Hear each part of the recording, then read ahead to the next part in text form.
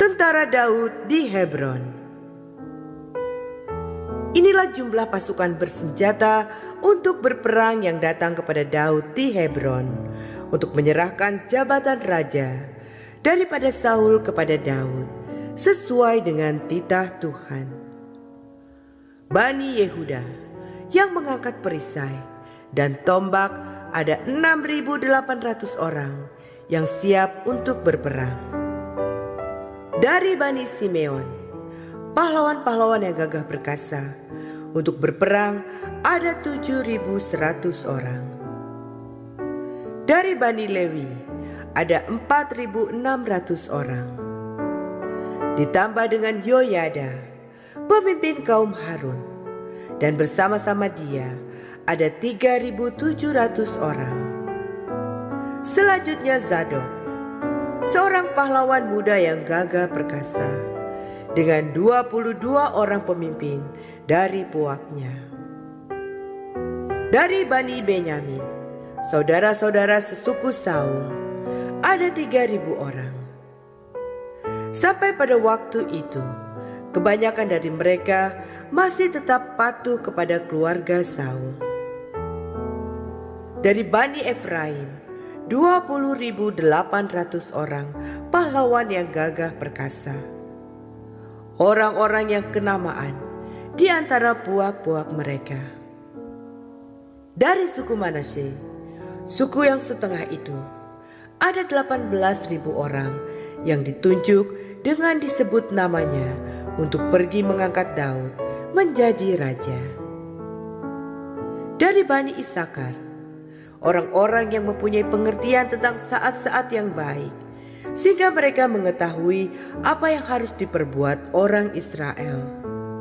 200 orang kepala dengan segala saudara sesukunya yang di bawah perintah mereka.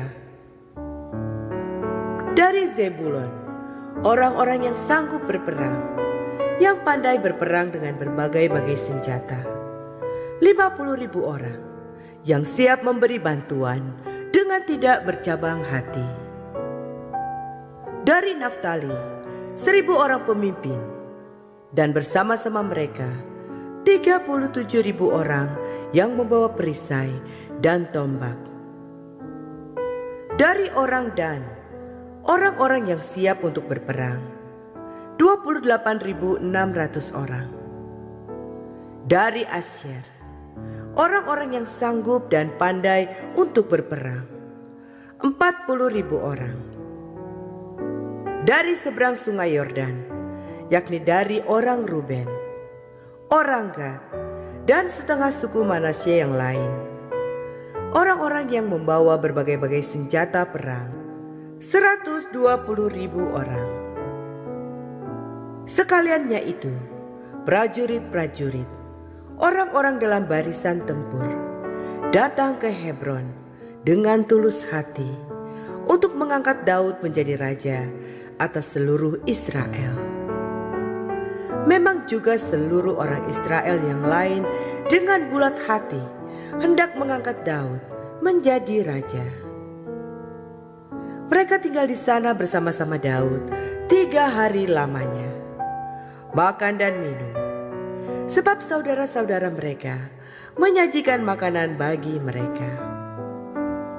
Juga orang-orang yang tinggal dekat mereka, bahkan dari Isakar, Zebulon, dan Naftali, membawa makanan dengan memakai keledai, unta, bagal, dan lembu, yakni bahan makanan tepung, kue ara dan kue kismis, anggur dan minyak, lembu sapi dan kambing domba dalam jumlah besar, sebab ada sukacita di Israel. Shalom Bapak Ibu dan Saudara. Tak jarang dalam hidup ini kita selalu membandingkan diri kita dengan orang lain. Kita berpikir bahwa orang lain hidupnya lebih enak daripada kita. Mereka hidup seolah-olah tanpa pergumulan dan persoalan.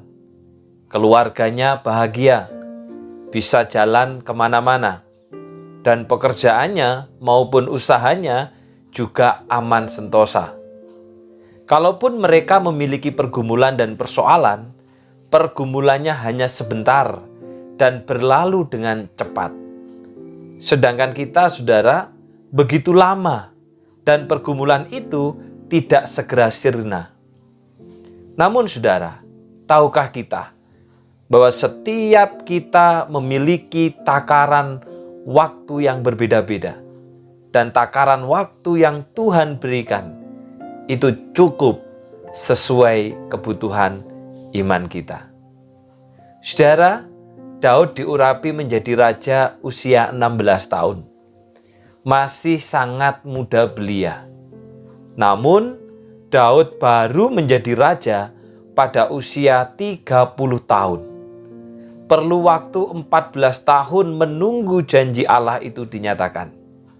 Itu pun, saudara, 7 bulan lamanya Daud dikejar-kejar Saul bukan karena melakukan kejahatan, namun karena sebuah keberhasilan mengalahkan Goliat dan memperoleh kemenangan.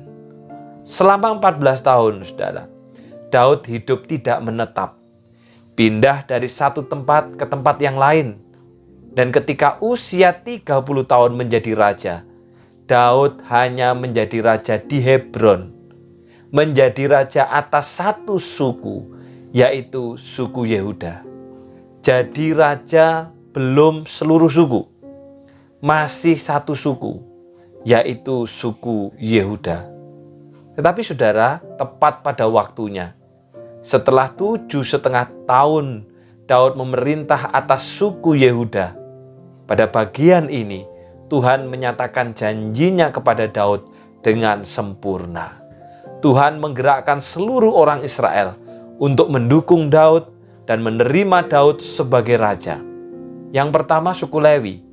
Kelak mereka akan membaca bahwa mereka menduduki tempat penting sebab fungsi mereka melayani Allah di tengah umat.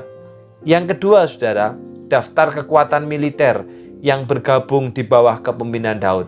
Dan yang ketiga, dukungan dari orang-orang yang berhikmat dari suku Isakar. Dengan bagian ini, saudara, lengkaplah kewibawaan Daud sebagai raja. Allah mengangkatnya, rakyat mendukungnya, para pahlawan dan cerdik pandai mendampinginya. Para pemimpin suku menyatakan kesetiaannya. Kekuatan tentara terbentuk dan Allah mengurapinya. Tetapi saudara, kalau kita perhatikan, perlu 21,5 tahun Daud menunggu janji Tuhan.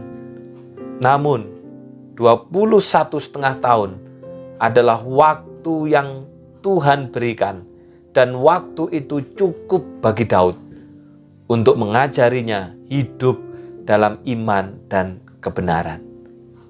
Karena itu, saudaraku, dalam setiap pergumulan dan persoalan, percayalah bahwa takaran waktu Tuhan itu sempurna pada waktunya. Jangan membandingkan diri kita dengan waktu orang lain, karena tiap-tiap orang diberikan waktu yang berbeda sesuai dengan ukurannya.